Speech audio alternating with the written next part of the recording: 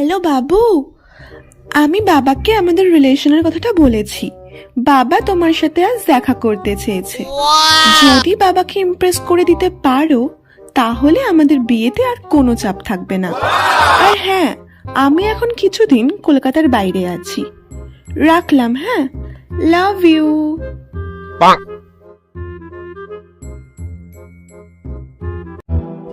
আমার কাতার গেছে চাকরি করিতে, একা বিছানায় ঘুম আসে না, ছটফটায় রাইতে।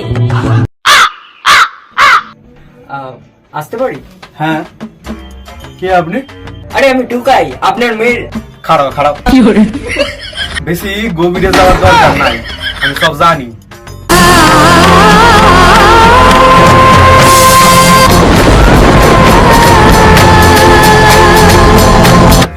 ভয় নাই ভয় নাই, বইয়া বইয়া।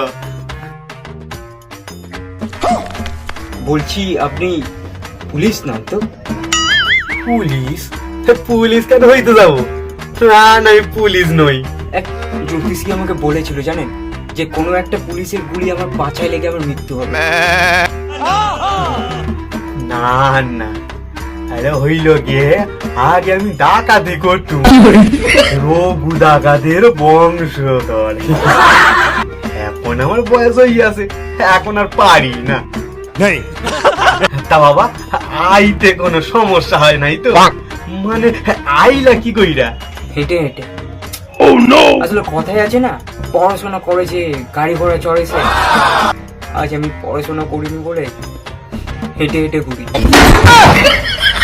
তেজ हो रहा है।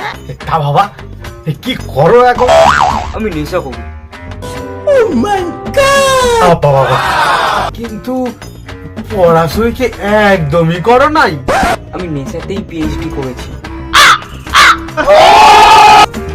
বাহ, ভেরি গুড।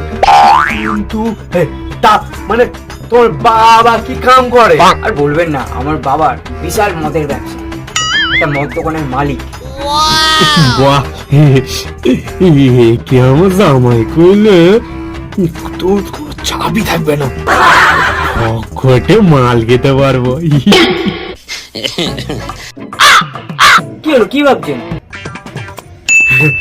আমার টুকাই, তোমার না আমার খুব পছন্দ হয়ে আছে।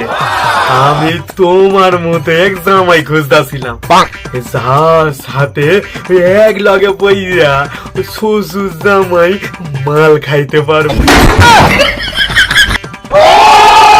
তাহলে আপনি রাজি তো? হ, আমার মেয়ের লগে তোমার বিয়া ফাইনাল। তুমি নিশ্চিত থাকতে পারো। ঠিক আছে, তাহলে আমি চললাম।